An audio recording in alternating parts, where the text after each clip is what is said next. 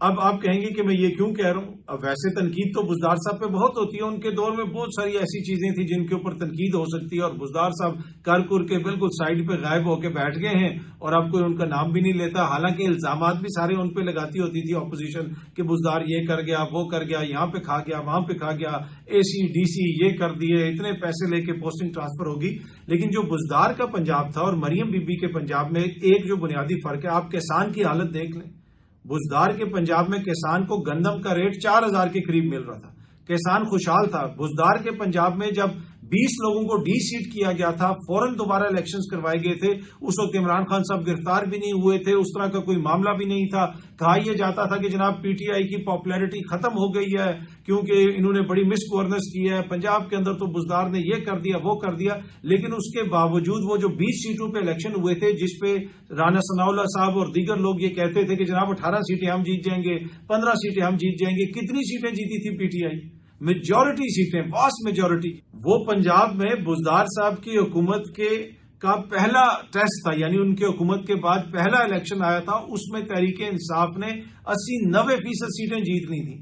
تو جس طرح میں نے پہلے بھی بتایا کہ اس وقت تو کسان خوشحال تھا کہ آپ کی گندم کی یہ حالت تھی، کہ آپ کی کپاس کی یہ حالت تھی، لیکن پاپولر نیریٹو یہ بنایا جاتا ہے کہ جی آج کل بڑا کام ہو رہا ہے، کام اسی طرح ہو رہا ہے کہ بس تصاویر لگ رہی ہیں، باقی آپ کسان کی حالت دیکھ لیں۔ کسان خود یہ کہتے ہیں، یہ میں نہیں کہتا، کوئی اور صحافی نہیں کہتا، حکومتی اعداد و شمار کہتے ہیں کہ جناب یہ گزشتہ 6 ماہ کے دوران کسانوں کو کتنے اربوں کا نقصان ہوا ہے، صرف گندم میں ان کو 2000 ارب کا نقصان ہوا ہے۔ 6 ماہ کے دوران آم کی ایکسپورٹ میں 40% کمی آ چکی ہے، آپ کو کپاس باہر سے منگوانی پڑ رہی ہے، پنجاب کے اندر جو دیگر فصلیں ہیں ان کو نقصان ہو رہا ہے، جو میجر آپ کی فصلیں ہیں ان کی پیداوار میں کمی آئی ہے، پنجاب میں اس کا ایک بڑا حصہ ہے۔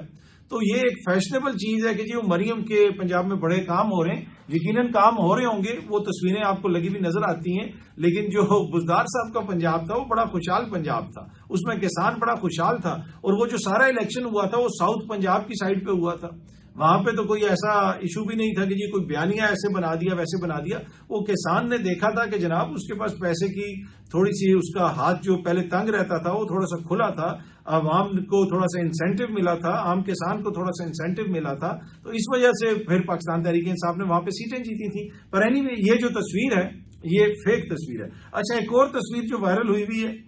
میاں صاحب کی اور خواجہ آصف صاحب کی، اور میاں صاحب کہہ رہے ہیں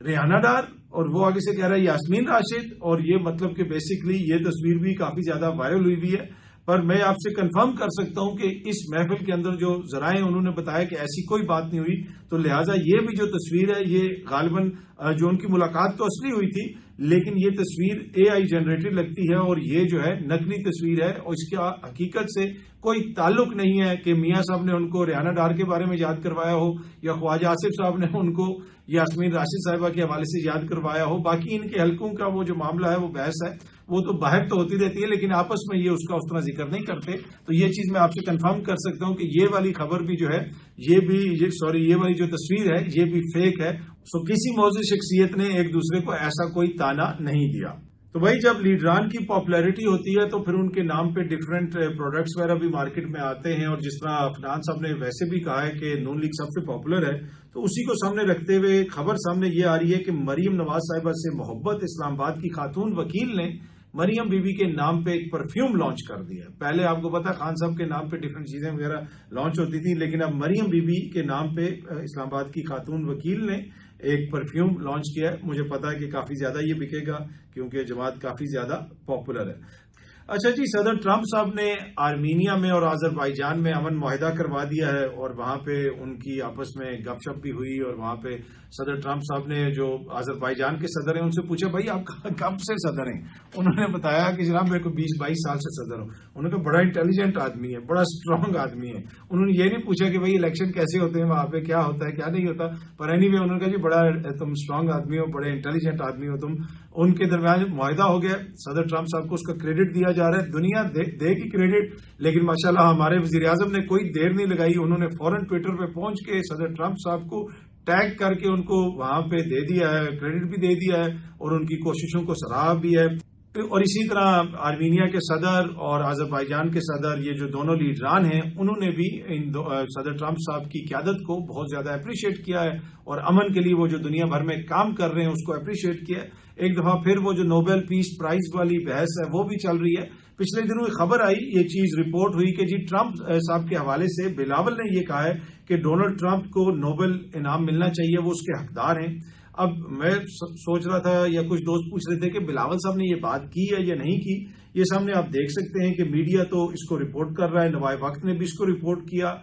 روزنامہ پاکستان نے بھی اس کو رپورٹ کیا کہ ڈونلڈ ٹرمپ نوبل انعام کے حقدار ہیں، بلاول بھٹو زرداری. اب کچھ لوگ یہ بحث چل رہی تھی، میں بھی دیکھ رہا تھا کہ جی انہوں نے یہ کہا ہے یا نہیں کہا. بھائی جو بلاول بھٹو زرداری صاحب کی حکومت ہے ان کی پوزیشن تو واضح ہے، اس میں تو بحث والی کوئی بات ہی نہیں ہے. صدر ٹرمپ کو نوبل پیس پرائز کے لیے بلاول صاحب کی اتحادی حکومت پہلے ہی نامزد کر چکی ہے. جو اس وقت وزیر اعظم صاحب بیٹھے ہوئے ہیں وہ بلاول صاحب کے ووٹوں سے ہی بیٹھے ہوئے ہیں، یہ اتحادی حکومت ہے. تو انہوں نے تو پہلے ہی ٹرمپ صاحب کو نوبل پیس پرائز کے لیے نامزد کر دیا. تو بلاول نے کہا ہے یا نہیں کہا، بلاول تو اپنے ایکشن سے پہلے ثابت کر چکے ہیں. زرداری، بلاول، شہباز شریف کی یہ جو حکومت ہے انہوں نے نوبل پیس پرائز کے لیے ٹرمپ صاحب کو پہلے ہی نامزد کیا ہوا ہے. اب ٹرمپ صاحب نے کتنا پیس کروایا ہے، سیکورٹی کونسل میں کتنے قراردادوں کو ویٹو کیا ہے، فلسطین کے اندر کیا کردار ادا کیا ہے، وہ آپ کے سامنے اور پوری دنیا کے سامنے ہے. لیکن پاکستان کی حکومت تو ان کو نوبل پیس پرائز کے لیے پہلے ہی نامزد کر چکی ہے. تو بلاول صاحب کا جو ذہن ہے اس حوالے سے وہ تو پہلے ہی کلیئر ہے. یہ بلاول کے بھی ذہن کی عکاسی کرتا ہے، یہ زرداری صاحب کے ذہن کی بھی عکاسی کرتا ہے، یہ شہباز شریف صاحب کے بھی ذہن کی عکاسی کرتا ہے کہ ان سارے لوگوں نے مل کے یہ فیصلہ کیا تھا کہ جو صدر ٹرمپ صاحب ہیں ان کو ہم نے نوبل پیس پرائز کے لیے نامزد کرنا ہے. تو ابھی اگر بلاول صاحب نے دوبارہ ایسی بات کی ہے تو یہ کوئی نئی بات تو نہیں ہے. بحریہ ٹاؤن کی پراپرٹیز کی نیلامی کے حوالے سے معاملہ سپریم کورٹ میں پہنچا اور وہاں پہ جو معزز جج صاحب ہیں نعیم افغان صاحب، انہوں نے یہ کوشچن کیا کہ بھائی نیب کو اتنی جلدی کیا ہے، ملک ریاض صاحب کی یا بحریہ ٹاؤن کی جائیدادیں بیچنے کی اتنی جلدی کیا ہے، اور معاملہ اس طرح تو حل نہیں ہوتا. آپ پہلے چیزوں کو دیکھتے ہیں، مقدمہ کسی منطقی انجام تک پہنچتا ہے، اور ابھی تو کچھ معاملات چل رہے ہیں عدالتوں کے اندر. تو انہوں نے یہ کوشچن ریز کیا کہ بھائی اتنی زیادہ جلدی کیا ہے آپ کو یہ جائیدادیں بیچنے کی. تو ویسے کل بھی میں نے آپ سے یہ چیز شیئر کی تھی کہ ماضی میں چاہے شریف خاندان ہو جائے، اسحاق ڈار صاحب ہو جائیں، یہ ساروں کی جائیدادوں کی نیلامی کی باتیں ہوئی، کچھ لوگوں کی جائیدادیں نیلام بھی ہوئی، وہ سب کچھ واپس بھی آ گیا. تو پاکستان کے اندر یہ چیزیں چلتی رہتی ہیں اور یہ چیزیں بدلتی رہتی ہیں. جب وقت بدلے گا حالات بدل جائیں گے، جذبات بدل جائیں گے، سب کچھ بدل جائے گا. اچھا، اس میں جو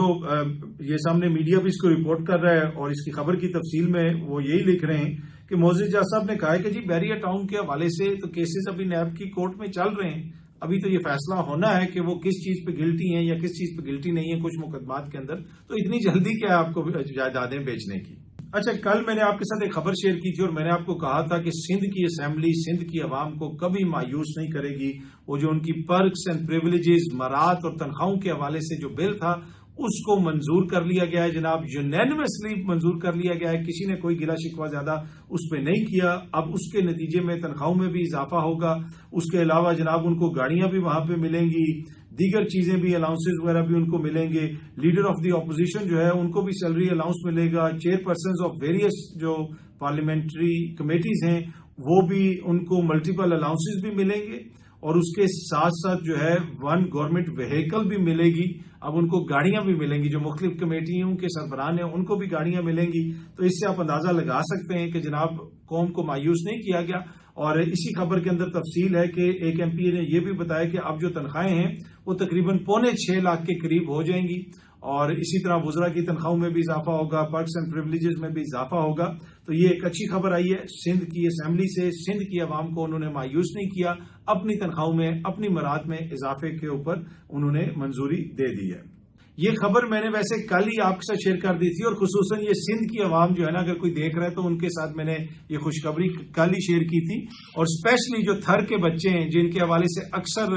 خبر آتی ہے کہ جی بھوک سے وہ فوت ہو گئے، یا سٹنٹڈ گروتھ ہے، سندھ کے اندر عوام کے پاس کھانے کے لیے روٹی نہیں ہے، وہاں پہ ڈاکو راج ہے، وہاں پہ یہ ہے وہ ہے، یہ جتنے ایسے لوگ ہیں ان کو میں نے کل ہی خوشخبری سنائی تھی کہ آپ نے مایوس نہیں ہونا. وہ جو بچوں کی قبریں ہیں ان پہ جا کے آپ نے آج کھڑا ہو کے ان کو بتانا ہے کہ بھائی آپ کی قربانی رائے گاہ نہیں گئی. سندھ کی اسمبلی نے یونینیمسلی پاس کر لیا ہے، اپنی تنخواہوں میں وہ اضافہ کر رہے ہیں. تو یہ اچھی خبر میں نے تو آپ کو کل سنا دی تھی، اور آج جو ہے وہ اس کی تصدیق بھی ہو گئی. مجھے جو ہی یہ بل سامنے آیا تھا میں نے آپ کو بتایا تھا کہ مجھے پوری امید ہے کہ جو مرضی ہو جائے، کبھی بھی تھر کے بچوں کی بھوک سے جو بات ہوئی ہیں وہ کبھی رائے گاہ نہیں جا سکتی۔ سندھ کی اسمبلی جو ہے یقیناً ان کو کبھی مایوس نہیں کرے گی اور اپنی تنخواہوں میں یہ سب لوگ مل کے اضافہ کریں گے، اور وہ اضافہ انہوں نے کر لیا، اور اس پہ IMF کو بھی میرے نظر میں کوئی اعتراض نہیں ہوگا۔ اچھا، بلومبرگ کی ایک سٹوری آج میں پڑھ رہا تھا۔ سٹوری بنیادی طور پہ یہ ہے کہ اچانک ایسا کیا ہوا کہ امریکہ اور انڈیا کے تعلقات میں اتنی زیادہ خرابی آ گئی، اتنا زیادہ تناؤ آ گیا۔ اس میں وہ یہ بتا رہے ہیں کہ مودی صاحب کی اور ٹرمپ کی کوئی کال ہوئی ہے، اور جب یہ کال ہوئی، اور یہ 17 جون کی یہ کال ہے، اور یہ تقریباً 35 منٹ کی اس کنورسیشن کے دوران مودی صاحب ان کو کہتے رہے کہ جی آپ نے سیز فائر نہیں کروایا، وہ اس حوالے سے بات کرنا چاہتے تھے۔ کچھ چولیں مودی صاحب نے ایسی ماری جو ٹرمپ کو پسند نہیں آئی۔ تو وہ پہلے بھی کہا گیا تھا نا کہ جس طرح پاکستان کی حکومت سمجھ گئی، انہوں نے فوراً ٹرمپ صاحب کو کریڈٹ دے دیا، انڈیا تھوڑا سا شانہ بازی کرتا رہا۔ تو اس کا نتیجہ یہ نکلا کہ حالات اتنے خراب ہو گئے ہیں کہ اب کافی زیادہ تناؤ ہے، اور انڈیا کے اوپر ٹیرفز بھی لگ گئے ہیں، اور اس کی وجہ سے انڈیا کے بزنس کو بھی کافی زیادہ نقصان ہو رہا ہے۔ تو وہ جو ٹرمپ اور مودی کے درمیان کال ہوئی ہے، اس کا پوری تفصیلات یہاں پہ لکھی ہوئی ہیں، اور اس کو بنیادی وجہ قرار دیا گیا ہے کہ انڈیا نے جو یہ کہا کہ جی اس میں امریکہ کا کوئی کردار نہیں ہے، امریکہ کا کوئی کردار نہیں ہے، اور ہم کسی صورت میں بھی کسی اور کا کردار کبھی بھی اس کو قبول نہیں کریں گے، برداشت نہیں کریں گے، ہم بہت بڑا ملک ہے، ہم یہ ہیں، ہم وہ ہیں۔ تو اس کی وجہ سے کافی زیادہ جو ہے ٹرمپ صاحب جو ہیں وہ مودی صاحب سے ناراض ہیں اور انڈیا سے ناراض ہیں، اور جو ٹیرف لگانے کی ایک وجہ یہ بھی ہے۔ آج اسی سے ریلیٹڈ ایک چیز ڈان میں بھی چھپی ہوئی ہے، ریلیٹڈ اس لیے ہے کہ یہ جو سارے تناؤ ہے، یہ جو سارا تناؤ ہے، امریکہ اور بھارت کے تعلقات خراب ہو رہے ہیں، ان کے اوپر ٹیرف لگا ہے، کیا یہ پاکستان کے لیے ایک اپرچونٹی ہے، مارکیٹ اپرچونٹی ہے؟ یہ ایڈیٹوریل ہے آج ڈان کا، اگر آپ اس کو پڑھیں تو اس میں لکھا ہوا ہے کہ کافی زیادہ نقصان ہو رہا ہے انڈین بزنسز وغیرہ کو، اور ان کا جو ایکسپورٹس وغیرہ ہیں وہ ایک طرح سے وائبل نہیں رہی، اب اس ریٹ کے اوپر وہ پرووائڈ نہیں کر سکیں گے اپنے ان کے جو بھی وہاں پہ خریدار ہیں ان کو سامان وغیرہ۔ تو کیا یہ پاکستان کے لیے اپرچونٹی ہے؟ اپرچونٹی تو ہے، لیکن پاکستان کی مارکیٹ کے اندر بہت سارے فلاز ہیں، یہاں پہ بزنس انوائرمنٹ ایسی ہے کہ وہ فیوریبل نہیں ہے بزنس مین کے لیے، پھر انڈسٹری ہماری اتنی مضبوط نہیں ہے، پھر انرجی کی جو کاسٹ ہے وہ بہت زیادہ ہے۔ تو اپرچونٹی تو ہے، اس لکھا ہوا ہے اس ایڈیٹوریل کے اندر بھی، اور کچھ دیگر لوگوں سے جو انڈسٹری سے ریلیٹڈ لوگ ہیں ان سے بھی میری بات ہوئی، تو وہ بھی یہ کہتے ہیں کہ اپرچونٹی ہے، لیکن ریڈ ٹیپ اتنی زیادہ ہے کہ بیوروکریسی اتنا تنگ کرتی ہے، دیگر معاملات میں اتنی سست روی ہے کہ اس کی وجہ سے معاملہ کٹائی میں پڑ جاتا ہے۔ پھر ڈالر کی بھی شارٹیجز ہیں، کچھ چیزیں ہمیں امپورٹ کرنی پڑتی ہیں، اگر ہم نے اپنا ایکسپورٹ بڑھانا ہے تو کچھ چیزیں ہمیں امپورٹ بھی کرنی پڑیں گی۔ تو یہ وہ ساری چیزیں اگر وقت پہ فیصلے لیے گئے اور جلدی سے چیزوں کو انیشیٹ کیا گیا، ان کو منطقی انجام تک پہنچایا گیا فیصلوں کو، پھر تو اس جو اپرچونٹی ہے اس کو ہم اویل کر سکتے ہیں۔ ادروائز یہ جو اپرچونٹی ہے یہ باتوں کی حد تک تو بڑی اچھی ہے، لیکن پریکٹیکلی پاکستان کو اس سے فائدہ نہیں ہوگا۔ تو فیصلے لینے ہیں، جلدی فیصلے لینے ہیں، ریڈ ٹیپ کم کرنی ہے، اور جو انڈسٹری کے اندر ماحول ہے، جو بزنس کا ماحول ہے اس کو بہتر کرنا ہے، اور کچھ دیگر چیزیں بھی آپ دیکھتے ہیں حکومت یہ کر سکتی ہے یا نہیں کرتی۔ بہت جلدی آپ سب دوستوں سے دوبارہ ملاقات ہوگی۔ Thank you very much.